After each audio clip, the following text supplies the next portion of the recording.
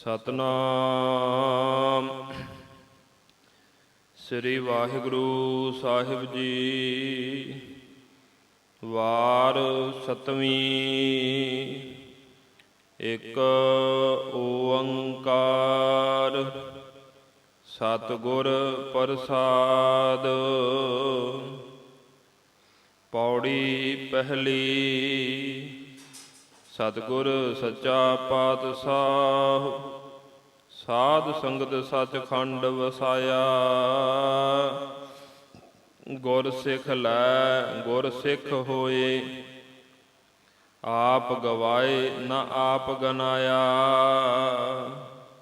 ਸਤਿਗੁਰ ਸੱਚਾ ਪਾਤਸ਼ਾਹ ਸਾਧ ਸੰਗਤ ਸੱਚਖੰਡ ਵਸਾਇਆ। ਗੁਰ ਸਿੱਖ ਲੈ ਗੁਰ ਸਿੱਖ ਹੋਏ, ਆਪ ਗਵਾਏ ਨਾ ਆਪ ਗਨਾਇਆ। ਗੁਰ ਸਿੱਖ ਸਭੋ ਸਾਧਨਾ, ਸਾਧ ਸਧਾਏ ਸਾਧ ਸਦਵਾਇਆ। ਚੌਵਰਨਾ ਉਪਦੇਸ਼ ਦੇ, ਮਾਇਆ ਵਿੱਚ ਉਦਾਸ ਰਹਾਇਆ।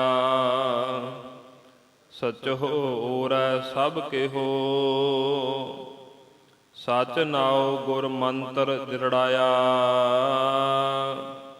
ਹੁਕਮੈ ਅੰਦਰ ਸਭ ਕੋ, ਮੰਨੈ ਹੁਕਮ ਸੋ ਸਚ ਸਮਾਇਆ। ਸ਼ਬਦ ਸੁਰਤ ਲਿਵ ਅਲਖ ਲਖਾਇਆ। ਹੁਕਮੈ ਅੰਦਰ ਸਭ ਕੋ, ਮੰਨੈ ਹੁਕਮ ਸੋ ਸਚ ਸਮਾਇਆ। ਸ਼ਬਦ ਸੁਰਤ ਲਿਵ ਅਲਖ ਲਖਾਇਆ। ਵਾਹਿਗੁਰੂ ਜੀ ਕਾ ਖਾਲਸਾ, ਵਾਹਿਗੁਰੂ ਜੀ ਕੀ ਸਨਮਾਨਯੋਗ। ਦਸਾਂ ਹੀ ਪਾਤਸ਼ਾਹੀਆਂ ਦੇ ਆਤਮਿਕ ਸਰੂਪ, ਚਵਰ ਛਤਰ ਤਖਤ ਦੇ ਮਾਲਿਕ, ਗੁਰਤਾ ਗੱਦੀ ਤੇ ਵਿਰਾਜਮਾਨ, ਜੁਗੋ ਜੁਗ ਅਟਲ ਸ਼ਬਦ ਗੁਰੂ, ਹਾਜ਼ਰਾ ਹਜੂਰ ਜਾਹਰਾ ਜਹੂਰ, ਸਰਬ ਕਲਾ ਭਰਪੂਰ। ਧੰਨ ਧੰਨ ਧੰਨ ਸਤਿਗੁਰੂ ਸ੍ਰੀ ਗੁਰੂ ਗ੍ਰੰਥ ਸਾਹਿਬ ਜੀ ਮਹਾਰਾਜ। ਸੱਚੇ ਪਾਤਸ਼ਾਹ ਗੁਰੂ ਪਿਤਾ ਜੀ ਦੀ ਮਿਹਰਾਮਤ ਦਾ ਸਦਕਾ ਰਾਤਰੀ ਦਾ ਸਮਾਂ ਭਾਣੇ ਵਿੱਚ ਬਤੀਤ ਹੋਇਆ। ਸਤਿਗੁਰਾਂ ਨੇ ਅੰਮ੍ਰਿਤ ਵੇਲਾ ਬਖਸ਼ਿਸ਼ ਕੀਤਾ। ਅੰਮ੍ਰਿਤ ਵੇਲੇ ਮਹਾਂਪੁਰਸ਼ਾਂ ਦੇ ਪਵਿੱਤਰ ਪਾਵਨ ਅਸਥਾਨ ਸ੍ਰੀ ਅੰਗੀਠਾ ਸਾਹਿਬ ਵਿਖੇ ਸਤਿਗੁਰਾਂ ਦੇ ਪਵਿੱਤਰ ਪਾਵਨ ਸਰੂਪ ਤਖਤਾਂ ਤੇ ਸੁਭਾਈਮਾਨ ਹੋਏ। ਮੁੱਖ ਵਾਕ ਦੀ ਬਖਸ਼ਿਸ਼, ਨਿਤਨੇਮ ਦੀਆਂ ਬਾਣੀਆਂ ਦੇ ਜਾਪ। ਹੁਣ ਸਮਾਂ ਹੋਇਆ ਹੈ ਕਥਾ ਵਿਚਾਰ ਦਾ। ਸਤਿਗੁਰੂ ਜੀ ਮਿਹਰਾਮਤ ਕਰਨ, ਆਪ ਹੀ ਵਿੱਚ ਵਰਤ ਕਰਕੇ ਪ੍ਰੇਮ ਸ਼ਰਧਾ ਭਾਵਨਾ ਦੇ ਸਹਿਤ ਹੋ ਕਰਕੇ ਵਿਚਾਰ ਕਹਿਣ ਸੁਣਨ ਸਮਝਣ ਅਤੇ ਮੰਨਣ ਦੇ ਬਾਲ ਬਖਸ਼ਿਸ਼ ਕਰਨ। ਮਨ ਦੀ ਇਕਾਗਰਤਾ ਵਾਸਤੇ ਉਚਾਰਨ ਕਰੀਏ ਸਤਿਨਾਮ ਸ੍ਰੀ ਵਾਹਿਗੁਰੂ ਸਾਹਿਬ ਜੀ। ਸਤਿਨਾਮ ਸ੍ਰੀ ਵਾਹਿਗੁਰੂ ਸਾਹਿਬ ਜੀ। ਵਾਰ ਸਤਵੀਂ। ਇੱਕ ਓੰਕਾਰ ਸਤਿਗੁਰ ਪ੍ਰਸਾਦ। ਪੌੜੀ ਪਹਿਲੀ। ਸਤਿਗੁਰ ਸੱਚਾ ਪਾਤਸ਼ਾਹ ਸਾਧ ਸੰਗਤ ਸੱਚਖੰਡ ਵਸਾਇਆ। ਇਹ ਪਵਿੱਤਰ ਪਾਵਨ ਰਚਨਾ ਸਿੱਖ ਕੌਮ ਦੇ ਮਹਾਨ ਵਿਦਵਾਨ ਤਤ ਬੇਤੇ ਮਹਾਂਪੁਰਸ਼ ਬ੍ਰਹਮ ਗਿਆਨੀ ਭਾਈ ਸਾਹਿਬ ਭਾਈ ਗੁਰਦਾਸ ਸਾਹਿਬ ਜੀ, ਉਹਨਾਂ ਦੀ ਪਵਿੱਤਰ ਪਾਵਨ ਰਚਨਾ ਵਾਰਾਂ ਭਾਈ ਗੁਰਦਾਸ ਜੀ ਕੀਆਂ, ਜਿਸ ਰਚਨਾ ਨੂੰ ਮਹਾਰਾਜ ਜੀ ਨੇ ਬਖਸ਼ਿਸ਼ ਕਰਦਿਆਂ ਹੋਇਆਂ ਗੁਰਬਾਣੀ ਦੀ ਕੁੰਜੀ ਕਹਿ ਕਰਕੇ ਸਤਿਕਾਰਿਆ। ਸਤਿਗੁਰੂ ਗੁਰੂ ਅਰਜਨ ਦੇਵ ਜੀ ਮਹਾਰਾਜ ਸੱਚੇ ਪਾਤਸ਼ਾਹ ਜੀ ਨੇ ਬੜੀ ਰਹਿਮਤ ਕੀਤੀ ਭਾਈ ਗੁਰਦਾਸ ਸਾਹਿਬ ਜੀ ਤੇ। ਉਹਨਾਂ ਨੂੰ ਲਖਾਰੀ ਲਾ ਕਰਕੇ ਆਦਿ ਸ੍ਰੀ ਗੁਰੂ ਗ੍ਰੰਥ ਸਾਹਿਬ ਜੀ ਮਹਾਰਾਜ ਜੀ ਦਾ ਸਰੂਪ ਲਿਖਵਾਇਆ। ਭਾਈ ਸਾਹਿਬ ਜੀ ਦੇ ਮਨ ਵਿੱਚ ਫੁਰਨਾ ਬਣਿਆ। ਜਦੋਂ ਭਗਤ ਸਾਹਿਬਾਨ ਆ ਕਰਕੇ ਬਾਣੀ ਲਿਖਵਾਉਂਦੇ ਨੇ ਤਾਂ ਭਾਈ ਸਾਹਿਬ ਜੀ ਮਹਾਰਾਜ ਜੀ ਨੂੰ ਪੁੱਛਦੇ ਕਿ ਮਹਾਰਾਜ ਜੀ, ਆਪ ਭਗਤਾਂ ਦੀ ਬਾਣੀ ਲਿਖਵਾ ਰਹੇ ਹੋ, ਭਗਤ ਪਰਦੇਸ ਤਾਂ ਨਹੀਂ ਰਹੇ, ਮੈਂ ਭਗਤਾਂ ਦੇ ਦਰਸ਼ਨ ਕਰਨੇ ਚਾਹੁੰਦਾ। ਤਾਂ ਮਹਾਰਾਜ ਜੀ ਕਹਿਣ ਲੱਗੇ, ਕੱਲ ਨੂੰ ਆਪਣੇ ਸਮੇਂ ਤੋਂ ਪਹਿਲਾਂ ਆਇਓ। ਫਿਰ ਦੂਸਰੇ ਦਿਨ ਇਹ ਆਪਣੇ ਸਮੇਂ ਤੋਂ ਪਹਿਲਾਂ ਆਏ ਤਾਂ ਮਹਾਰਾਜ ਜੀ ਦੀ ਕਿਰਪਾ ਦੇ ਸਦਕਾ ਭਗਤਾਂ ਦੀਆਂ ਰੂਹਾਂ ਦੇ ਦਰਸ਼ਨ ਕੀਤੇ। ਫਿਰ ਇਹਨਾਂ ਦੇ ਮਨ ਵਿੱਚ ਇਹ ਫੁਰਨਾ ਬਣਿਆ ਕਿ ਗੁਰੂ ਮਹਾਰਾਜ ਜੀ ਭਗਤਾਂ ਦੀ ਬਾਣੀ ਲਿਖਵਾ ਰਹੇ ਆ, ਮੈਂ ਵੀ ਆਪਣੀ ਰਚਨਾ ਕੁਝ ਲਿਖੀ ਹੋਈ ਹੈ, ਕੁਝ ਰਹਿੰਦੀ ਹੈ। ਇਸ ਰਚਨਾ ਨੂੰ ਮਹਾਰਾਜ ਜੀ ਨੂੰ ਬੇਨਤੀ ਕਰਕੇ ਗੁਰੂ ਗ੍ਰੰਥ ਸਾਹਿਬ ਜੀ ਮਹਾਰਾਜ ਜੀ ਦੇ ਅੰਦਰ ਲਿਖਵਾ ਲਵਾਂ।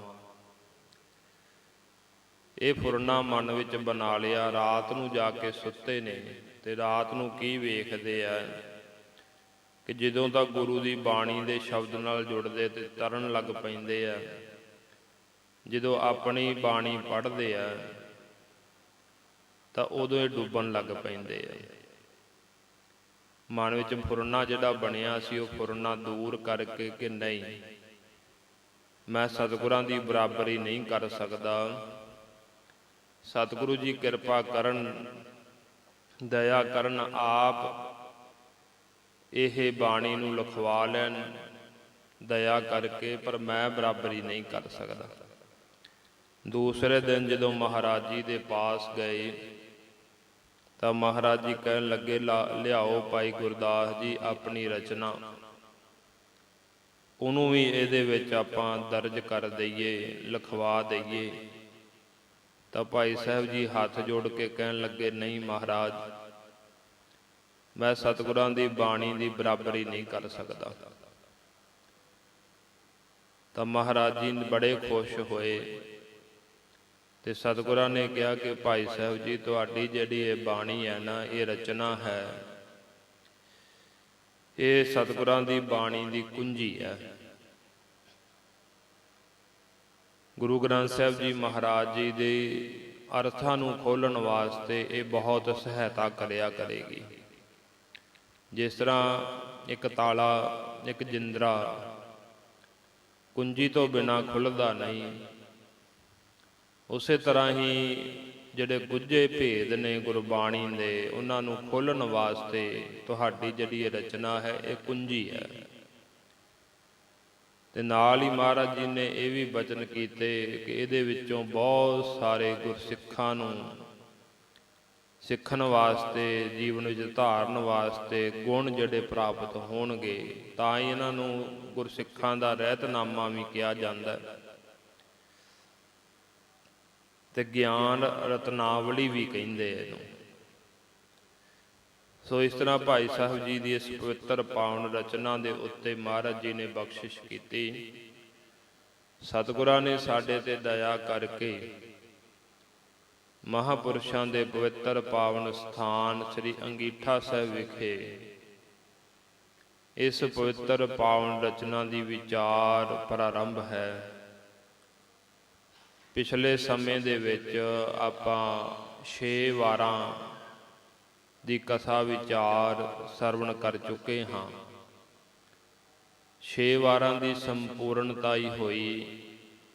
ਅੱਜ ਸਤਿਗੁਰੂ ਜੀ ਮਿਹਰ ਕਰਕੇ 7ਵੀਂ ਵਾਰ ਜਿਹੜੀ ਹੈ ਪ੍ਰਾਰੰਭ ਕਰਵਾ ਰਹੇ ਨੇ। ਜਿਸ ਪੌੜੀ ਦਾ ਪਾਠ ਆਪ ਸੰਗਤ ਨੇ ਸਰਵਣ ਕੀਤਾ ਹੈ, ਇਹ 7ਵੀਂ ਵਾਰ ਦੀ ਪਹਿਲੀ ਪੌੜੀ ਹੈ। ਭਾਈ ਸਾਹਿਬ ਜੀ ਵਾਰ ਪ੍ਰਾਰੰਭ ਕਰਨ ਤੋਂ ਪਹਿਲਾਂ ਪਰਮਾਤਮਾ ਦਾ ਮੰਗਲ ਕਰਦੇ, ਜੋ ਗੁਰਬਾਣੀ ਦੇ ਵਿੱਚ ਵੀ ਮਹਾਰਾਜ ਜੀ ਨੇ ਕੀਤਾ ਹੋਇਆ, ਇੱਕ ਓੰਕਾਰ ਸਤਿਗੁਰ ਪ੍ਰਸਾਦ, ਕਿ ਪ੍ਰਮਾਤਮਾ ਇੱਕ ਹੈ, ਅਦੁੱਤੀ ਹੈ, ਉਹਦੇ ਵਰਗਾ ਦੂਸਰਾ ਨਹੀਂ। ਓੰਕਾਰ ਉਹ ਸਾਰਿਆਂ ਦਾ ਪ੍ਰਕਾਸ਼ਕ ਹੈ, ਪੈਦਾ ਵੀ ਕਰਦਾ ਸਾਰਿਆਂ ਨੂੰ, ਪਾਲਣਾ ਵੀ ਉਹੀ ਕਰਦਾ ਤੇ ਲੈਤਾ ਵੀ ਉਹੀ ਕਰਦਾ। ਸਤ ਸਰੂਪ ਹੈ, ਸਦਾ ਰਹਿਣ ਵਾਲਾ, ਜਿਹਦੀ ਵਿਆਖਿਆ ਗੁਰੂ ਨਾਨਕ ਸਾਹਿਬ ਜੀ ਮਹਾਰਾਜ ਕਰਦੇ, ਆਦਿ ਸੱਚ ਜੁਗਾਦ ਸੱਚ ਹੈ ਭੀ ਸੱਚ, ਨਾਨਕ ਹੋਸੀ ਭੀ ਸੱਚ। ਗੁਰ ਚੇਤਨ ਹੈ, ਪ੍ਰਸਾਦ ਆਨੰਦ ਸਰੂਪ ਹੈ।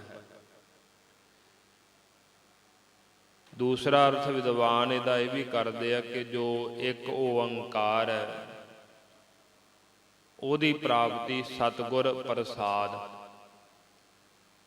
ਸਤਿਗੁਰਾਂ ਦੀ ਪ੍ਰਸਾਦ ਕਿਰਪਾ ਦੇ ਨਾਲ ਉਹਦੀ ਪ੍ਰਾਪਤੀ ਹੁੰਦੀ ਹੈ। ਇੱਕ ਇਹ ਵੀ ਅਰਥ ਕੀਤਾ ਜਾਂਦਾ ਹੈ, ਇੱਕ ਓੰਕਾਰ ਸਤ, ਜੋ ਇੱਕ ਓੰਕਾਰ ਹੈ ਵਾਹਿਗੁਰੂ ਹੈ, ਉਹ ਸਤ ਹੈ, ਸਦਾ ਰਹਿਣ ਵਾਲਾ ਹੈ। ਪਰ ਉਹਦੀ ਪ੍ਰਾਪਤੀ ਕੀ ਹੈ, ਸਾਧਨ ਕੀ ਹੈ ਪ੍ਰਾਪਤੀ ਦਾ? ਗੁਰ ਪ੍ਰਸਾਦ, ਗੁਰੂ ਦੀ ਕਿਰਪਾ ਦੇ ਨਾਲ ਉਸ ਵਾਹਿਗੁਰੂ ਦੀ ਪ੍ਰਾਪਤੀ ਹੁੰਦੀ ਹੈ। ਇਹ ਮੰਗਲ ਕਰਕੇ ਅੱਗੇ ਬਖਸ਼ਿਸ਼ ਕਰਦੇ, ਪੌੜੀ ਪਹਿਲੀ। ਸਤਿਗੁਰ ਸੱਚਾ ਪਾਤਸ਼ਾਹ, ਸਾਧ ਸੰਗਤ ਸੱਚਖੰਡ ਵਸਾਇਆ। ਭਾਈ ਗੁਰਦਾਸ ਸਾਹਿਬ ਜੀ ਇੱਥੇ ਗੁਰੂ ਅਰਜਨ ਦੇਵ ਜੀ ਮਹਾਰਾਜ ਸੱਚੇ ਪਾਤਸ਼ਾਹ ਜੀ ਦਾ ਮੰਗਲ ਕਰਦੇ ਆ ਕਿ ਸਤਿਗੁਰ ਸੱਚਾ ਪਾਤਸ਼ਾਹ, ਜੋ ਸਤਿਗੁਰੂ ਜੀ ਨੇ, ਧੰਨ ਗੁਰੂ ਅਰਜਨ ਦੇਵ ਜੀ ਮਹਾਰਾਜ ਸੱਚੇ ਨੇ ਤੇ ਪਾਤਸ਼ਾਹ ਨੇ। ਕਿਉਂਕਿ ਜਿਹੜੇ ਨਾਮ ਜਪਣ ਵਾਲੇ, ਬੰਦਗੀ ਕਰਨ ਵਾਲੇ ਹੁੰਦੇ ਨੇ, ਉਹ ਵੀ ਪਾਤਸ਼ਾਹ ਹੁੰਦੇ ਨੇ। ਮਹਾਰਾਜ ਜੀ ਨੇ ਬਾਣੀ ਅੰਦਰ ਜ਼ਿਕਰ ਕੀਤਾ ਨਾ, ਹੋਰ ਪਤਸ਼ਾਹੀਆਂ ਕੂੜੀਆਂ ਨਾਮ ਰਤੇ ਪਾਤਸ਼ਾਹ। ਉਹ ਵਾਹਿਗੁਰੂ ਪ੍ਰਮਾਤਮਾ ਵੀ ਸੱਚਾ ਪਾਤਸ਼ਾਹ। ਦੁਨੀਆ ਦੇ ਜਿੰਨੇ ਪਾਤਸ਼ਾਹ ਨੇ, ਬਾਦਸ਼ਾਹ ਨੇ, ਝੂਠੇ ਨੇ, ਕਿਉਂਕਿ ਉਹ ਸਦਾ ਨਹੀਂ ਰਹਿਣ ਵਾਲੇ। ਪਰ ਜਿਹੜੇ ਨਾਮ ਦੇ ਨਾਲ, ਵਾਹਿਗੁਰੂ ਦੇ ਨਾਮ ਨਾਲ ਜੁੜ ਜਾਂਦੇ, ਵਾਹਿਗੁਰੂ ਆਪ ਸੱਚਾ ਪਾਤਸ਼ਾਹ ਹੈ, ਤੇ ਜਿਹੜੇ ਵਾਹਿਗੁਰੂ ਦੇ ਨਾਮ ਨਾਲ ਜੁੜ ਜਾਂਦੇ ਨੇ, ਬੰਦਗੀ ਨਾਲ ਜੁੜ ਜਾਂਦੇ ਨੇ, ਉਹ ਵੀ ਪਾਤਸ਼ਾਹ ਬਣ ਜਾਂਦੇ ਨੇ। ਇਸ ਕਰਕੇ ਗੁਰੂ ਅਰਜਨ ਦੇਵ ਜੀ ਮਹਾਰਾਜ ਸੱਚੇ ਪਾਤਸ਼ਾਹ ਜੀ ਸੱਚਾ ਪਾਤਸ਼ਾਹ ਨੇ ਸਾਧ ਸੰਗਤ ਸੱਚਖੰਡ ਵਸਾਇਆ। ਉਹਨਾਂ ਨੇ ਸਾਧ ਸੰਗਤ ਰੂਪੀ ਜਿਹੜਾ ਸੱਚਖੰਡ ਹੈ ਨਾ, ਉਹ ਵਸਾਉਣਾ ਕੀਤਾ ਕਿ ਸਾਧ ਸੰਗਤ ਦੇ ਵਿੱਚੋਂ ਹੀ ਸਭ ਕੁਝ ਪ੍ਰਾਪਤ ਹੁੰਦਾ। ਗੁਰਸਿੱਖ ਵਾਸਤੇ ਸਾਧ ਸੰਗਤ ਕਰਨੀ ਬੜੀ ਜ਼ਰੂਰੀ ਹੈ। ਅੰਮ੍ਰਿਤ ਵੇਲੇ ਵੀ ਸਮਾਂ ਕੱਢ ਕਰਕੇ, ਸੰਧਿਆ ਦੇ ਸਮੇਂ ਵੀ ਸਮਾਂ ਕੱਢ ਕਰਕੇ, ਜਦੋਂ ਵੀ ਹੋਵੇ ਕਿਸੇ ਗੁਰਬਾਣੀ ਪੜ੍ਹਨ ਵਾਲੇ ਗੁਰਸਿੱਖ ਦੀ, ਸਾਧੂ ਮਹਾਤਮਾ ਦੀ ਸੰਗਤ ਕਰੇ। ਜੇ ਕਿਸੇ ਗੁਰਸਿੱਖ ਦੀ, ਬੰਦਗੀ ਕਰਨ ਵਾਲੇ ਦੀ, ਸਾਧੂ ਮਹਾਤਮਾ ਦੀ ਸੰਗਤ ਨਹੀਂ ਮਿਲਦੀ, ਤਾਂ ਗੁਰੂ ਗ੍ਰੰਥ ਸਾਹਿਬ ਜੀ ਮਹਾਰਾਜ ਜੀ ਦੇ ਕੋਲ ਆ ਕਰਕੇ ਬੈਠੇ, ਗੁਰੂ ਗ੍ਰੰਥ ਸਾਹਿਬ ਜੀ ਮਹਾਰਾਜ ਜੀ ਦੀ ਬਾਣੀ ਪੜ੍ਹੇ, ਬਾਣੀ ਦੀ ਵਿਚਾਰ ਕਰੇ, ਇਹ ਵੀ ਸਾਧ ਸੰਗਤ ਹੈ। ਸੋ ਇਸ ਕਰਕੇ ਗੁਰੂ ਅਰਜਨ ਦੇਵ ਜੀ ਮਹਾਰਾਜ ਸੱਚੇ ਪਾਤਸ਼ਾਹ ਜੀ ਨੇ ਇਹ ਸੱਚਖੰਡ ਜਿਹੜਾ ਹੈ, ਸਾਧ ਸੰਗਤ ਰੂਪੀ ਸੱਚਖੰਡ ਵਸਾਉਣਾ ਕੀਤਾ। ਗੁਰ ਸਿੱਖ ਲੈ ਗੁਰ ਸਿੱਖ ਹੋਏ, ਆਪ ਗਵਾਏ ਨਾ ਆਪ ਗਨਾਇਆ। ਫਿਰ ਗੁਰਸਿੱਖ ਕਿਵੇਂ ਬਣਿਆ ਜਾਂਦਾ? ਗੁਰਸਿੱਖੀ ਦੇ ਵਿੱਚ ਦਾਖਲ ਹੋਣ ਵਾਸਤੇ ਕੀ ਕਰਨਾ ਪੈਂਦਾ? ਸਭ ਤੋਂ ਪਹਿਲਾਂ ਗੁਰਸਿੱਖੀ ਵਿੱਚ ਦਾਖਲਾ ਲੈਣ ਵਾਸਤੇ ਗੁਰੂ ਦੀ ਸਿੱਖਿਆ ਲੈਣੀ, ਗੁਰੂ ਕੋਲੋਂ ਉਪਦੇਸ਼ ਲੈਣਾ।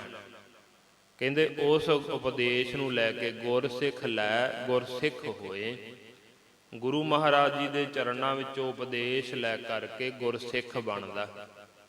ਗੁਰੂ ਦੀ ਸਿੱਖਿਆ ਲੈ ਕਰਕੇ, ਗੁਰੂ ਦਾ ਉਪਦੇਸ਼ ਲੈ ਕਰਕੇ, ਗੁਰੂ ਦੇ ਕੋਲੋਂ ਮੰਤਰ ਲੈ ਕਰਕੇ, ਫਿਰ ਜਦੋਂ ਉਹ ਗੁਰਸਿੱਖ ਹੋ ਜਾਂਦਾ, ਮੰਤਰ ਲੈ ਲੈਂਦਾ, ਆਪ ਗਵਾਏ ਨਾ ਆਪ ਗਨਾਇਆ।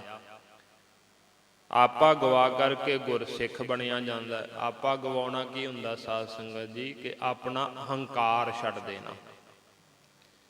ਜਿਵੇਂ ਬਾਣੀ ਕਹਿੰਦੀ ਨਾ, ਮੇਰਾ ਮੁਝ ਮੈਂ ਕਿਛ ਨਹੀਂ, ਜੋ ਕਿਛ ਹੈ ਸੋ ਤੇਰਾ, ਤੇਰਾ ਤੁਝ ਕੋ ਸੌਂਪਤੇ ਕਿਆ ਲੱਗ ਹੈ ਮੇਰਾ। ਕਿ ਸਭ ਕੁਝ ਹੀ ਉਸ ਵਾਹਿਗੁਰੂ ਪਰਮਾਤਮਾ ਦਾ, ਸਾਡਾ ਕੁਝ ਵੀ ਨਹੀਂ। ਤਨ ਮਨ ਧਨ ਸਭ ਸੌਂਪ ਗੁਰ ਕੋ, ਹੁਕਮ ਮੰਨਿਆ ਪਾਈਐ। ਕਿ ਸਭ ਕੁਝ ਉਹਨੂੰ ਸੌਂਪ ਦੇਣਾ। ਤਨ ਵੀ ਉਹਦਾ ਸਮਝਣਾ, ਧਨ ਵੀ ਉਹਦਾ ਸਮਝਣਾ, ਮਨ ਵੀ ਉਹਦਾ ਸਮਝਣਾ, ਗੁਰੂ ਦੇ ਅੱਗੇ ਸਭ ਕੁਝ ਸਮਰਪਿਤ ਹੋ ਜਾਣਾ।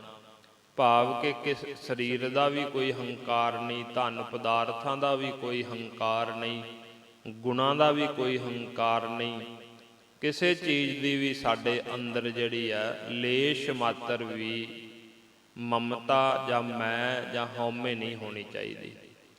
ਆਪ ਗਵਾ ਕਰਕੇ ਗੁਰਸਿੱਖ ਬਣਿਆ ਜਾਂਦਾ, ਨਾ ਆਪ ਗਨਾਇਆ। ਪਰ ਜਦੋਂ ਕੋਈ ਗੁਰਸਿੱਖ ਬਣ ਜਾਂਦਾ, ਫਿਰ ਉਹ ਆਪਾ ਨਹੀਂ ਕਦੇ ਵੀ ਜਨਾਉਂਦਾ ਵੀ ਮੈਂ ਬਹੁਤ ਵੱਡਾ ਬਣ ਗਿਆ। ਆਪਾ ਗਵਾ ਦਿੰਦਾ, ਪਰ ਆਪਣੇ ਆਪ ਨੂੰ ਕਦੇ ਗਨਾਇਆ ਨਹੀਂ ਕਿਸੇ ਵਿੱਚ ਕਿ ਮੈਂ ਬਹੁਤ ਵੱਡਾ ਸਿੱਖ ਬਣ ਗਿਆ, ਵੀ ਮੇਰੇ ਵਰਗਾ ਤਾਂ ਕੋਈ ਸਿੱਖ ਹੀ ਨਹੀਂ। ਤਾਂ ਜਿਵੇਂ ਧੰਨ ਬਾਬਾ ਬੁੱਢਾ ਸਾਹਿਬ ਜੀ, ਕਿੰਨੀਆਂ ਬਖਸ਼ਿਸ਼ਾਂ ਲਈਆਂ ਧੰਨ ਬਾਬਾ ਬੁੱਢਾ ਸਾਹਿਬ ਜੀ ਨੇ। ਗੁਰੂ ਨਾਨਕ ਸਾਹਿਬ ਜੀ ਮਹਾਰਾਜ ਸੱਚੇ ਪਾਤਸ਼ਾਹ ਜੀ ਦੀ ਸੰਗਤ ਕੀਤੀ, 6 ਪਾਤਸ਼ਾਹੀਆਂ ਤੱਕ ਗੁਰਤਾ ਗੱਦੀ ਦਾ ਤਿਲਕ ਵੀ ਲਾਇਆ। 6 ਪਾਤਸ਼ਾਹੀਆਂ ਦੇ ਦਰਸ਼ਨ ਕੀਤੇ, ਗੁਰਤਾ ਗੱਦੀ ਤੇ ਬਿਰਾਜਮਾਨ ਹੋ ਕਰਕੇ ਗੁਰੂ ਮਹਾਰਾਜ ਜੀ ਉਹਨਾਂ ਦੀ ਸੰਗਤ ਵਿੱਚ ਰਹੇ। ਫਿਰ ਸਾਡਾ ਇਤਿਹਾਸ ਕਹਿੰਦਾ ਕਿ 2 ਸਤਿਗੁਰੂ ਜੀ ਉਹਨਾਂ ਦੇ ਵੀ ਦਰਸ਼ਨ ਕੀਤੇ, ਜਿਵੇਂ ਗੁਰੂ ਤੇਗ ਬਹਾਦਰ ਜੀ ਮਹਾਰਾਜ ਤੇ ਗੁਰੂ ਹਰ ਰਾਏ ਸਾਹਿਬ ਜੀ ਮਹਾਰਾਜ। ਭਾਵੇਂ ਉਹ ਗੁਰਤਾ ਗੱਦੀ ਤੇ ਹਜੇ ਬਿਰਾਜਮਾਨ ਨਹੀਂ ਹੋਏ, ਪਰ ਬਾਬਾ ਬੁੱਢਾ ਸਾਹਿਬ ਜੀ ਨੇ 8 ਸਤਿਗੁਰਾਂ ਦੇ ਦਰਸ਼ਨ ਕੀਤੇ, ਮਹਾਰਾਜ ਜੀ ਦੀ ਸੰਗਤ ਕੀਤੀ, ਗੁਰੂ ਨਾਨਕ ਸਾਹਿਬ ਜੀ ਮਹਾਰਾਜ ਤੋਂ ਸਿੱਖਿਆ ਲਈ, ਮਹਾਰਾਜ ਜੀ ਦੀ ਬਖਸ਼ਿਸ਼ ਹੋਈ। ਸਤਿਗੁਰਾਂ ਨੇ ਕਿਹਾ ਕਿ ਅੰਮ੍ਰਿਤ ਵੇਲੇ ਉੱਠ ਕੇ ਨਾਮ ਜਪਿਆ ਕਰ, ਇੱਕ ਚਿੱਤ ਹੋ ਕਰਕੇ, ਇੱਕ ਮਨ ਇੱਕ ਚਿੱਤ ਹੋ ਕੇ ਪਰਮਾਤਮਾ ਦੀ ਬੰਦਗੀ ਕਰਿਆ ਕਰ। ਤੇ ਬਾਬਾ ਬੁੱਢਾ ਸਾਹਿਬ ਜੀ ਨੇ ਬਚਨ ਕਮਾਏ। ਕਿੰਨੀਆਂ ਬਖਸ਼ਿਸ਼ਾਂ ਗੁਰੂ ਨਾਨਕ ਸਾਹਿਬ ਜੀ ਮਹਾਰਾਜ ਜੀ ਨੇ ਕਹਿ ਦਿੱਤਾ, ਤੇ ਇੱਥੋਂ ਕਦੇ ਓਹਲੇ ਨਾ ਹੋਸਾਂ। ਪਰ ਕਦੇ ਵੀ ਉਹਨਾਂ ਨੇ ਇਸ ਚੀਜ਼ ਦਾ ਹੰਕਾਰ ਨਹੀਂ ਕੀਤਾ ਕਿ ਮੈਨੂੰ ਗੁਰੂ ਨਾਨਕ ਸਾਹਿਬ ਜੀ ਦੀ ਬਖਸ਼ਿਸ਼ ਹੈ, ਮੇਰੇ ਵਰਗਾ ਤਾਂ ਕੋਈ ਸਿੱਖ ਹੀ ਨਹੀਂ ਹੋਰ। ਨਿਮਰਤਾ ਵਿੱਚ ਰਹਿ ਕਰਕੇ ਗੁਰੂ ਘਰ ਦੀਆਂ ਸੇਵਾਵਾਂ ਕਰਦੇ ਰਹੇ ਬਾਬਾ ਬੁੱਢਾ ਸਾਹਿਬ ਜੀ। ਗੁਰੂ ਅੰਗਦ ਦੇਵ ਜੀ ਮਹਾਰਾਜ ਸੱਚੇ ਪਾਤਸ਼ਾਹ ਜੀ ਜਦੋਂ ਗੁਰਤਾ ਗੱਦੀ ਤੇ ਬਿਰਾਜਮਾਨ ਹੋਏ, ਉਹ ਵੀ ਬਹੁਤ ਸਤਿਕਾਰ ਕਰਿਆ ਕਰਦੇ ਬਾਬਾ ਬੁੱਢਾ ਸਾਹਿਬ ਜੀ ਦਾ। ਫਿਰ ਵੀ ਗੁਰੂ ਮਹਾਰਾਜ ਜੀ ਦੇ ਅੱਗੇ ਬੇਨਤੀ ਕਰਦੇ ਕਿ ਮਹਾਰਾਜ ਜੀ ਮੈਨੂੰ ਕੋਈ ਉਪਦੇਸ਼ ਦਿਓ ਜਿਹਦੇ ਕਰਕੇ ਮੇਰਾ ਭਲਾ ਹੋ ਜਾਵੇ। ਤਾਂ ਕਿੰਨਾ ਸਤਿਕਾਰ ਸੀ। ਤੇ ਗੁਰੂ ਅੰਗਦ ਦੇਵ ਜੀ ਮਹਾਰਾਜ ਕਹਿੰਦੇ, ਤਿੰਨ ਕਉ ਕਿਆ ਉਪਦੇਸੀ ਹੈ, ਜਿਨ ਗੁਰੂ ਨਾਨਕ ਦਿਓ। ਗੁਰੂ ਅਮਰਦਾਸ ਜੀ ਮਹਾਰਾਜ ਸੱਚੇ ਪਾਤਸ਼ਾਹ ਜੀ ਨੇ ਤਾਂ ਐਡੀ ਵੱਡੀ ਬਖਸ਼ਿਸ਼ ਕਰ ਦਿੱਤੀ ਕਿ ਜਦੋਂ ਗੁਰੂ ਅਮਰਦਾਸ ਜੀ ਮਹਾਰਾਜ ਦਾਤੂ ਦੇ ਲੱਤ ਮਾਰਨ ਤੋਂ ਗੋਇੰਦਵਾਲ ਸਾਹਿਬ ਤੋਂ ਚੱਲ ਕੇ ਆਪਣੇ ਨਗਰ ਬਾਸਰ ਕੇ ਇੱਕ ਕਮਰੇ ਵਿੱਚ ਮਹਾਰਾਜ ਜੀ ਨੇ ਆਪਣੇ ਆਪ ਨੂੰ ਬੰਦ ਕਰ ਲਿਆ ਤੇ ਬਾਹਰ ਤਖਤੀ ਲਿਖ ਕੇ ਲਾ ਦਿੱਤੀ ਆਪਣੇ ਹੱਥ ਦੇ ਨਾਲ ਕਿ ਜਿਹੜਾ ਵੀ ਦਰਵਾਜ਼ਾ ਖੋਲ੍ਹੇਗਾ, ਅੰਦਰ ਆਉਣ ਦੀ ਕੋਸ਼ਿਸ਼ ਕਰੇਗਾ, ਉਹ ਸਾਡਾ ਸਿੱਖ ਨਹੀਂ। ਸੰਗਤਾਂ ਵਿਆਕੁਲ ਹੋ ਗਈਆਂ। ਬਾਬਾ ਬੁੱਢਾ ਸਾਹਿਬ ਜੀ ਦੇ ਕੋਲ ਗਏ। ਸਿੱਖਾਂ ਨੂੰ ਪਤਾ ਸੀ ਕਿ ਮਹਾਰਾਜ ਜੀ ਨੇ ਬਚਨ ਕੀਤੇ ਹੋਏ ਆ ਕਿ ਬਾਬਾ ਬੁੱਢਾ ਸਾਹਿਬ ਜੀ ਤੋਂ ਕਦੇ ਅਸੀਂ ਓਹਲੇ ਨਹੀਂ ਹੋ ਸਕਦੇ। ਬਾਬਾ ਬੁੱਢਾ ਸਾਹਿਬ ਜੀ ਨੂੰ ਬੇਨਤੀ ਕਰਦੇ ਆ ਸਿੱਖ ਕਿ ਮਹਾਰਾਜ ਜੀ, ਬਾਬਾ ਬੁੱਢਾ ਸਾਹਿਬ ਜੀ, ਗੁਰੂ ਮਹਾਰਾਜ ਜੀ ਨਹੀਂ ਲੱਭ ਰਹੇ, ਰਾਤ ਦੇ ਪਤਾ ਨਹੀਂ ਕਿੱਥੇ ਚਲੇ ਗਏ। ਸੰਗਤਾਂ ਵਿਆਕੁਲ ਨਹੀਂ, ਦਰਸ਼ਨ ਕਰਨੀਆਂ ਚਾਹੁੰਦੀਆਂ ਨੇ ਸੰਗਤਾਂ, ਤੁਹਾਨੂੰ ਪਤਾ ਹੈ। ਪਰ ਬਾਬਾ ਬੁੱਢਾ ਸਾਹਿਬ ਜੀ ਨੇ ਇਹ ਨਹੀਂ ਕਿਹਾ ਹੰਕਾਰ ਵਿੱਚ ਆ ਕੇ ਕਿ ਹਾਂ ਮੈਨੂੰ ਪਤਾ, ਕਿਉਂਕਿ ਭਾਈ ਗੁਰਦਾਸ ਜੀ ਕਹਿੰਦੇ ਨਾ ਆਪ ਗਨਾਇਆ, ਆਪਣੇ ਆਪ ਨੂੰ ਗਨਾਉਂਦੇ ਨਹੀਂ, ਉਹ ਗਾਉਂਦੇ ਨੇ ਆਪਣਾ ਹੰਕਾਰ ਛੱਡ ਦਿੰਦੇ, ਧਨ ਦਾ, ਪਦਾਰਥਾਂ ਦਾ, ਸਰੀਰ ਦਾ, ਮੈਂ ਮਮਤਾ ਜਿਹੜੀ ਹੈ, ਹਉਮੈ ਜਿਹੜੀ, ਉਹਨੂੰ ਛੱਡ ਕੇ ਸਿੱਖੀ ਨੂੰ ਕਮਾਉਂਦੇ ਆ, ਪਰ ਹੰਕਾਰ ਨਹੀਂ ਕਰਦੇ। ਬਾਬਾ ਬੁੱਢਾ ਸਾਹਿਬ ਜੀ ਨੇ ਇਹ ਨਹੀਂ ਕਿਹਾ ਕਿ ਮੈਨੂੰ ਪਤਾ ਕਿ ਮਹਾਰਾਜ ਜੀ ਕਿੱਥੇ। ਬਾਬਾ ਜੀ ਕਹਿਣ ਲੱਗੇ, ਗੁਰੂ ਅਮਰਦਾਸ ਜੀ ਮਹਾਰਾਜ ਸੱਚੇ ਪਾਤਸ਼ਾਹ ਜੀ ਦੀ ਘੋੜੀ ਹੈ ਨਾ ਜਿਹੜੀ, ਉਹ ਲੈ ਕੇ ਆਓ, ਉਹਨੂੰ ਛੱਡੋ ਖੋਲੀ, ਕਿਉਂਕਿ ਘੋੜੀ ਇਹੋ ਜਿਹੇ ਜਾਨਵਰ ਨੇ, ਆਪਣੇ ਮਾਲਕ ਨੂੰ ਇਹ ਲੱਭ ਹੀ ਲੈਂਦੇ ਆ। ਤੇ ਜਦੋਂ ਉਹਨੂੰ ਛੱਡਿਆ ਗਿਆ, ਬਾਬਾ ਜੀ ਕਹਿੰਦੇ ਆਪਾਂ ਇਹਨਾਂ ਦੇ ਮਗਰ ਮਗਰ ਚੱਲਦੇ ਹਾਂ। ਤੇ ਉਹ ਬਾਸਰ ਕੇ ਜਾ ਕੇ ਰੁਕੀ ਜਿੱਥੇ ਮਹਾਰਾਜ ਜੀ ਜਿਸ ਕਮਰੇ ਵਿੱਚ ਬੰਦ ਸੀ। ਤੇ ਬਾਹਰ ਹੁਣ ਦਰਵਾਜ਼ੇ ਦੇ ਉੱਤੇ ਦੇਖੋ ਲਿਖ ਕੇ ਲਾਇਆ ਹੋਇਆ ਕਿ ਜਿਹੜਾ ਵੀ ਦਰਵਾਜ਼ਾ ਖੋਲ੍ਹੇਗਾ ਉਹ ਸਾਡਾ ਸਿੱਖ ਨਹੀਂ ਹੋਵੇਗਾ। ਫਿਰ ਸੰਗਤਾਂ ਕਹਿੰਦੀਆਂ ਕਿ ਬਾਬਾ ਜੀ ਹੁਣ ਕੀ ਕਰੀਏ? ਤਾਂ ਬਾਬਾ ਜੀ ਕਹਿਣ ਲੱਗੇ ਠੀਕ ਹੈ, ਕੋਈ ਰਾਹ ਲੱਭਦੇ ਆ। ਫਿਰ ਪਿੱਛੋਂ ਦੀ ਸੰਨ ਲਾਈ, ਮਘੋਰਾ ਕੱਢਿਆ, ਮਘੋਰਾ ਕੱਢ ਕੇ ਪਿੱਛੋਂ ਦੀ ਅੰਦਰ ਗਏ। ਅੰਦਰ ਗੁਰੂ ਅਮਰਦਾਸ ਜੀ ਮਹਾਰਾਜ ਬੈਠੇ ਆ। ਬਾਬਾ ਜੀ ਨੂੰ ਵੇਖ ਕੇ ਹੱਸਦੇ ਆ ਤੇ ਹੱਸ ਕੇ ਕਹਿਣ ਲੱਗੇਗਾ ਕਿ ਬਾਬਾ ਜੀ ਸਾਨੂੰ ਪਤਾ ਸੀ ਕਿ ਤੁਸੀਂ ਹੀ ਸਾਨੂੰ ਲੱਭਣਾ। ਤਾਂ ਬਾਬਾ ਜੀ ਬੇਨਤੀ ਕਰਦੇ ਕਿ ਮਹਾਰਾਜ ਜੀ ਬਾਹਰ ਨਿਕਲੋ, ਸੰਗਤਾਂ ਵਿਆਕੁਲ ਨੇ, ਸੰਗਤਾਂ ਨੂੰ ਦਰਸ਼ਨ ਦੇ ਕੇ ਕਿਰਤਾਰਥ ਕਰੋ, ਨਿਹਾਲ ਕਰੋ। ਮਹਾਰਾਜ ਜੀ ਬਾਹਰ ਆਏ। ਬਾਹਰ ਆ ਕਰਕੇ ਬਾਬਾ ਬੁੱਢਾ ਸਾਹਿਬ ਜੀ ਨੂੰ ਆਪਣੇ ਗਲ ਨਾਲ ਲਾ ਕੇ ਬਚਨ ਕਹੇ ਸੀ ਕਿ ਸਿੱਖੀ ਦੀ ਅਵਧੀ ਤਿਸ ਤੇ ਪਰੇ ਨਹੀਂ ਕੋਈ, ਵੀ ਸਿੱਖੀ ਦੀ ਅਵਧੀ ਹੈ, ਸਿੱਖੀ ਦੀ ਹੱਦ ਹੈ, ਇਹਨਾਂ ਤੋਂ ਵੱਧ ਕੋਈ ਸਿੱਖੀ ਕਮਾ ਨਹੀਂ ਸਕਦਾ। ਧੰਨ ਬਾਬਾ ਬੁੱਢਾ ਸਾਹਿਬ ਜੀ, ਕਿੱਡਾ ਵੱਡਾ ਬਚਨ ਕਰ ਦਿੱਤਾ ਕਿ ਇਹਨਾਂ ਤੋਂ ਵੱਧ ਕੋਈ ਸਿੱਖੀ ਕਮਾ ਨਹੀਂ ਸਕਦਾ। ਫਿਰ ਇਹਨਾਂ ਦਾ ਕੋਈ ਨਾਮ ਲਵੇਗਾ, ਉਹਦੇ ਜਿਹੜੇ ਵਿਘਨ ਨੇ, ਕੰਮਾਂ ਵਿੱਚ ਰੁਕਾਵਟਾਂ ਨੇ, ਉਹ ਸਾਰੇ ਵਿਘਨ ਜਿਹੜੇ ਨੇ ਨਾਸ ਹੋ ਜਾਣਗੇ। ਕਿੱਡੀ ਵੱਡੀ ਰਹਿਮਤ ਹੈ ਬਾਬਾ ਬੁੱਢਾ ਸਾਹਿਬ ਜੀ ਦੇ। ਪਰ ਫਿਰ ਵੀ ਗੁਰੂ ਘਰ ਦੀ ਸੇਵਾ ਕਰਦੇ ਰਹੇ ਨਿਮਰਤਾ ਵਿੱਚ ਰਹਿ ਕਰਕੇ। ਤਾਂ ਕਰਕੇ ਇੱਥੇ ਭਾਈ ਗੁਰਦਾਸ ਜੀ ਕਹਿੰਦੇ ਜਿਹੜਾ ਗੁਰਸਿੱਖ ਹੈ ਨਾ, ਗੁਰੂ ਕੋਲੋਂ ਸਿੱਖਿਆ ਲੈਂਦਾ, ਉਹ ਸਿੱਖਿਆ ਨੂੰ ਲੈ ਕੇ ਉਹ ਸਿੱਖ ਬਣ ਜਾਂਦਾ, ਗੁਰੂ ਕੋਲੋਂ ਮੰਤਰ ਲੈਂਦਾ, ਪਰ ਉਹ ਕਦੇ ਵੀ ਆਪਾ ਭਾਵ ਜਿਹੜਾ ਹੈ ਆਪਣੇ ਆਪ ਨੂੰ ਜਨਾਉਂਦਾ ਨਹੀਂ। ਆਪਾ ਭਾਵ ਗਵਾ ਦਿੰਦਾ, ਹੰਕਾਰ ਗਵਾ ਕੇ ਨਿਮਰਤਾ ਦੇ ਵਿੱਚ ਜਿਹੜਾ ਹੈ ਉਹ ਰਹਿੰਦਾ ਹੈ। ਗੁਰਸਿੱਖ ਸਭੋ ਸਾਧਨਾ ਸਾਧ ਸਦਾਏ ਸਾਧ ਸਦਵਾਇਆ। ਕਹਿੰਦੇ ਫਿਰ ਗੁਰਸਿੱਖ ਜਿਹੜਾ ਹੈ ਨਾ, ਉਹ ਗੁਰੂ ਦੇ ਦੱਸੇ ਹੋਏ ਉਪਦੇਸ਼ ਦੀ ਕਾਰ ਕਮਾਉਂਦਾ, ਉਹਦੇ ਵਿੱਚ ਹੀ ਕਹਿੰਦੇ ਸਾਰੀ ਸਾਧਨਾ ਆ ਜਾਂਦੀ ਹੈ। ਤੇ ਉਹ ਸਾਧਨਾ ਕਰਦਾ ਹੋਇਆ ਜੋ ਗੁਰੂ ਨੇ ਉਪਦੇਸ਼ ਦਿੱਤਾ, ਮੰਤਰ ਦਿੱਤਾ, ਉਹਦਾ ਜਾਪ ਕਰਨਾ, ਸਤ ਸੰਗਤ ਕਰਨੀ, ਗੁਰਸਿੱਖਾਂ ਦੀ ਸੇਵਾ ਕਰਨੀ, ਭਲੇ ਦੇ ਕਾਰਜ ਕਰਨੇ, ਇਹ ਸਾਧਨਾ ਕਰਦਾ ਹੋਏ ਸਾਧ ਸਦਾਏ ਸਾਧ ਸਦਵਾਇਆ। ਕਹਿੰਦੇ ਆਪਣੇ ਜਿੰਨੇ ਵੀ ਇੰਦਰੇ ਨੇ ਉਹਨਾਂ ਨੂੰ ਸਾਧ ਲੈਂਦਾ, ਮਨ ਨੂੰ ਵੀ ਸਾਧ ਲੈਂਦਾ। ਜਿਹੜਾ ਮਨ ਭਟਕਦਾਂ ਵਿੱਚ ਪਿਆ ਰਹਿੰਦਾ ਉਹਨੂੰ ਵੀ ਰੋਕਦਾ, ਰੋਕ ਕੇ ਗੁਰੂ ਦੇ ਚਰਨਾਂ ਵਿੱਚ ਲਾਉਂਦਾ।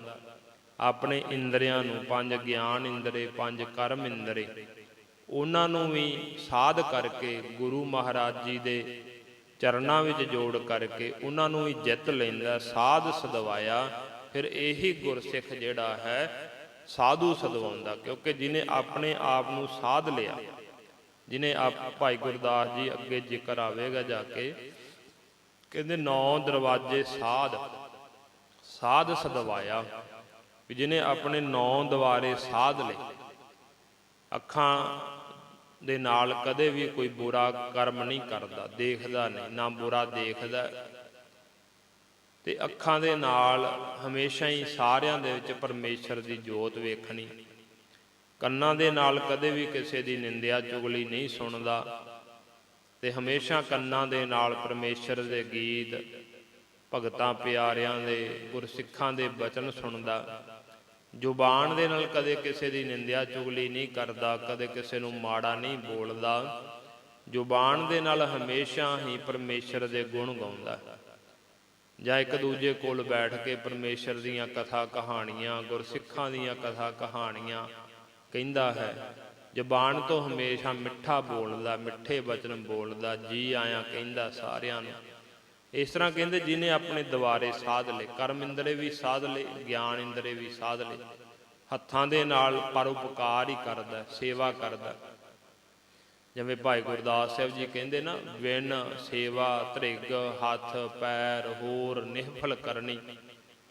ਵੀ ਜਿਹੜੇ ਹੱਥ ਪੈਰ ਸੇਵਾ ਨਹੀਂ ਕਰਦੇ, ਹੋਰ ਹੋਰ ਕੰਮ ਕਰੀ ਜਾਂਦੇ ਆ, ਉਹ ਹੱਥ ਪੈਰ ਧਿਰਕਾਰ ਯੋਗ ਨੇ। ਫਟਕਾਰ ਹੈ ਉਹਨਾਂ ਹੱਥਾਂ ਨੂੰ, ਫਟਕਾਰ ਹੈ ਉਹਨਾਂ ਪੈਰਾਂ ਨੂੰ ਜਿਹੜੇ ਪੈਰ ਚੱਲ ਕੇ ਗੁਰੂ ਦੇ ਦਰ ਤੇ ਨਹੀਂ ਆਉਂਦੇ। ਫਟਕਾਰ ਹੈ ਉਹਨਾਂ ਹੱਥਾਂ ਨੂੰ ਜਿਨ੍ਹਾਂ ਹੱਥਾਂ ਦੇ ਨਾਲ ਆਪਾਂ ਗੁਰੂ ਦੀ ਸੇਵਾ ਨਹੀਂ ਕਰਦੇ। ਗੁਰੂ ਘਰ ਦੇ ਵਿੱਚ ਬੜੀਆਂ ਸੇਵਾਵਾਂ ਨੇ। ਮਹਾਰਾਜ ਜੀ ਦੇ ਬਸਤਰ ਧੋਣੇ, ਸਤਿਗੁਰਾਂ ਨੂੰ ਚੌਰ ਸਾਹਿਬ ਕਰਨਾ, ਝਾੜੂ ਮਾਰਨਾ, ਸੰਗਤਾਂ ਦੇ ਜੋੜੇ ਝਾੜਨੇ, ਲੰਗਰ ਤਿਆਰ ਕਰਨਾ, ਪ੍ਰਸ਼ਾਦਾ ਪਾਣੀ ਤਿਆਰ ਕਰਨਾ, ਦਾਲ ਸਬਜ਼ੀ ਬਣਾਉਣੀ, ਫਿਰ ਇਹ ਬਣਾ ਕਰਕੇ ਸੰਗਤਾਂ ਨੂੰ ਖਵਾਉਣਾ, ਵਰਤਾਉਣਾ। ਭਾਈ ਗੁਰਦਾਸ ਜੀ ਕਹਿੰਦੇ ਤੱਪੜ ਝਾੜ ਵਿਛਾਏ ਧੂੜੀ ਨਹਾਇਆ।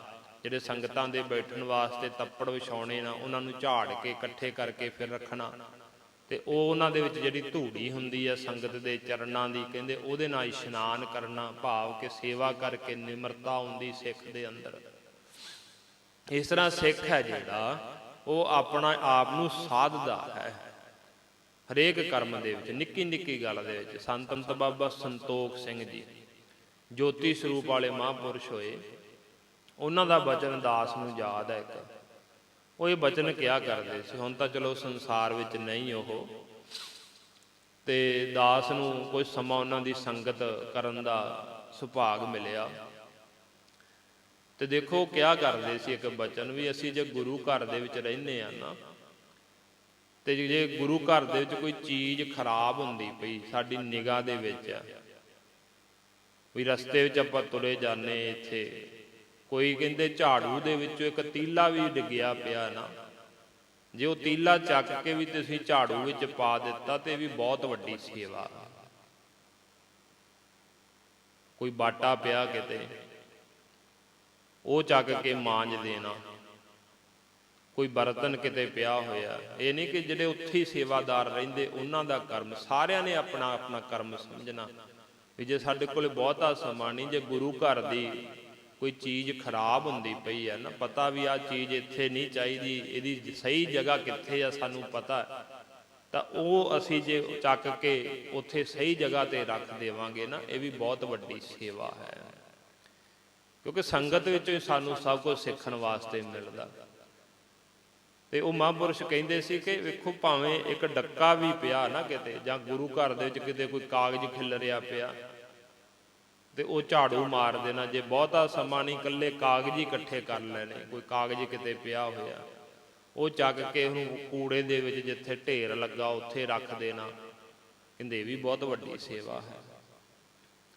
ਤੇ ਉਹ ਬਹੁਤ ਆਪ ਵੀ ਇਹੋ ਜਿਹੇ ਕਰਮ ਕਰਿਆ ਕਰਦੇ। ਦਾਸ ਦੇਖਦਾ ਹੁੰਦਾ ਸੀ ਕਈ ਵਾਰ ਨਾ, ਸੜਕ ਤੇ ਉਹਨਾਂ ਦੀ ਸੰਗਤ ਕਰਨ ਦਾ ਸਮਾਂ ਮਿਲਿਆ 2-4 ਵਾਰ ਦਾਸ ਨੂੰ, ਤੇ ਸੜਕ ਤੇ ਤੁਰੇ ਜਾਣਾ। ਕਈ ਵਾਰ ਉਹਨੇ ਜੋਤੀ ਸਰੂਪ ਗੁਰਦੁਆਰਾ ਸਾਹਿਬ ਦਾਸ ਉਹਨਾਂ ਨਾਲ ਗਿਆ, ਤੇ ਸੜਕ ਦੇ ਉੱਤੇ ਤੁਰੇ ਜਾਂਦੇ ਆ, ਵੇਖੋ ਜੇ ਕੋਈ ਰੋੜਾ ਪਿਆ ਨਾ ਰਸਤੇ ਵਿੱਚ, ਤੇ ਰੋੜਾ ਚੱਕ ਕੇ ਉਹਨਾਂ ਨੇ ਪਾਸੇ ਕਰ ਦੇਣਾ ਵੀ ਕਿਸੇ ਨੂੰ ਠੇਡਾ ਵੱਜੇਗਾ। ਕਹਿੰਦੇ ਇਹ ਵੀ ਸੇਵਾ। ਜੇ ਕੋਈ ਕਿੱਲ ਪਿਆ, ਕੋਈ ਕੱਚ ਪਿਆ, ਕੁਛ ਵੀ ਪਿਆ, ਉਹਨਾਂ ਦੀ ਨਿਗਾਹ ਵਿੱਚ ਪੈ ਗਿਆ, ਤੁਰੇ ਜਾਂਦੇ ਆ, ਤੇ ਉਹਨਾਂ ਨੇ ਚੱਕ ਕੇ ਪਾਸੇ ਕਰਨਾ, ਉਹਨੂੰ ਕਹਿਣਾ ਵੀ ਇਹ ਵੀ ਬਹੁਤ ਵੱਡੀ ਸੇਵਾ ਹੈ। ਹੋ ਸਕਦਾ ਕਿਸੇ ਦਾ ਠੇਡਾ ਹੀ ਵੱਜ ਜਾਵੇ, ਕਿਸੇ ਦੇ ਪੈਰ 'ਚ ਕੱਚ ਵੱਜ ਜਾਵੇ, ਕੋਈ ਕਿੱਲ ਮੇਖ ਪੱਤਰੀ ਪਈ ਵੀ ਉਹੀ ਰਸਤੇ ਵਿੱਚ ਪਈ ਹੋਈ ਆ, ਉਹ ਕਿਸੇ ਦੇ ਸਾਧਨ ਦੇ ਵਿੱਚ ਵੱਜ ਕੇ ਉਹ ਸਾਧਨ ਨੂੰ ਪੈਂਚਰ ਵੀ ਕਰ ਸਕਦੀ ਹੈ, ਨੁਕਸਾਨ ਵੀ ਕਰ ਸਕਦੀ ਹੈ, ਤੇ ਉਹਨੂੰ ਚੱਕ ਕੇ ਪਾਸੇ ਸਿੱਟ ਦੇਣਾ। ਜਿੱਥੇ ਉਹਦਾ ਉਸ ਜਗ੍ਹਾ ਤੇ ਸਿੱਟਣਾ ਜਿੱਥੇ ਉਹ ਕਿਸੇ ਦਾ ਨੁਕਸਾਨ ਨਾ ਕਰ ਸਕੇ। ਇਹ ਗੁਰਸਿੱਖ ਦਾ ਜੀਵਨ ਵੇਖੋ। ਸੰਤ ਸੀ, ਲੋਕ ਉਹਨਾਂ ਨੂੰ ਮੱਥੇ ਟੇਕਦੇ ਸੀ, ਪਰ ਆਪ ਉਹ ਇਹੋ ਜਿਹੇ ਕਰਮ ਜਿੰਨਾ ਚਿਰ ਉਹਨਾਂ ਦਾ ਸਰੀਰ ਰਿਹਾ ਕਰਦੇ ਰਹੇ। ਉਹ ਇਸ ਤਰ੍ਹਾਂ ਦਾ ਜੀਵਨ ਹੋ ਜਾਂਦਾ ਗੁਰਸਿੱਖ ਦਾ। ਤੇ ਤਾਂ ਭਾਈ ਸਾਹਿਬ ਜੀ ਕਹਿੰਦੇ ਗੁਰਸਿੱਖ ਸਭੋ ਸਾਧਨਾ, ਗੁਰਸਿੱਖ ਗੁਰੂ ਵੱਲੋਂ ਦੱਸੀ ਹੋਈ ਸਾਰੀ ਸਾਧਨਾ ਕਰਦਾ। ਅੰਮ੍ਰਿਤ ਵੇਲੇ ਉੱਠਣਾ, ਸੇਵਾ ਕਰਨੀ, ਸਿਮਰਨ ਕਰਨਾ, ਤੇ ਆਪਣੇ ਆਪ ਨੂੰ ਸਾਧਦਾ ਹੈ, ਆਪਣੇ ਇੰਦਰੀਆਂ ਨੂੰ ਸਾਧਦਾ, ਕਰਮ ਇੰਦਰੀਆਂ ਨੂੰ ਵੀ, ਗਿਆਨ ਇੰਦਰੀਆਂ ਨੂੰ ਵੀ। ਫਿਰ ਸਾਧ ਸਦਵਾਇਆ, ਫਿਰ ਉਹ ਗੁਰਸਿੱਖ ਹੀ ਜਿਹੜਾ ਹੈ ਉਹ ਸਾਧ ਬਣ ਜਾਂਦਾ, ਆਪਣੇ ਆਪ ਨੂੰ ਸਾਧ ਸਦਵਾਉਂਦਾ, ਸਾਧੂ ਬਣ ਜਾਂਦਾ। ਗੁਰਸਿੱਖ ਹੀ ਸਾਧੂ ਨੇ। ਭਾਈ ਗੁਰਦਾਸ ਜੀ ਕਹਿੰਦੇ ਸੰਤ ਭਗਤ ਗੁਰਸਿੱਖ ਨੇ ਜਗ ਤਾਰਨ ਆਏ। ਜਿੰਨੇ ਵੀ ਸੰਤ ਭਗਤ ਨੇ ਸਾਰੇ ਗੁਰਸਿੱਖ ਹੀ ਨੇ, ਜਿਨ੍ਹਾਂ ਨੇ ਗੁਰੂ ਕੋਲੋਂ ਸਿੱਖਿਆ ਲਈ, ਆਪਣਾ ਜੀਵਨ ਸਾਧਿਆ, ਸੇਵਾ ਸਿਮਰਨ ਭਜਨ ਬੰਦਗੀ ਵਿੱਚ ਲਾਇਆ, ਉਹ ਗੁਰਸਿੱਖ ਹੀ ਨੇ ਸਾਰੇ। ਤੇ ਗੁਰਸਿੱਖ ਜਿਹੜੇ ਨੇ ਉਹ ਸਾਧੂ ਮਹਾਤਮਾ ਬਣ ਜਾਂਦੇ ਨੇ।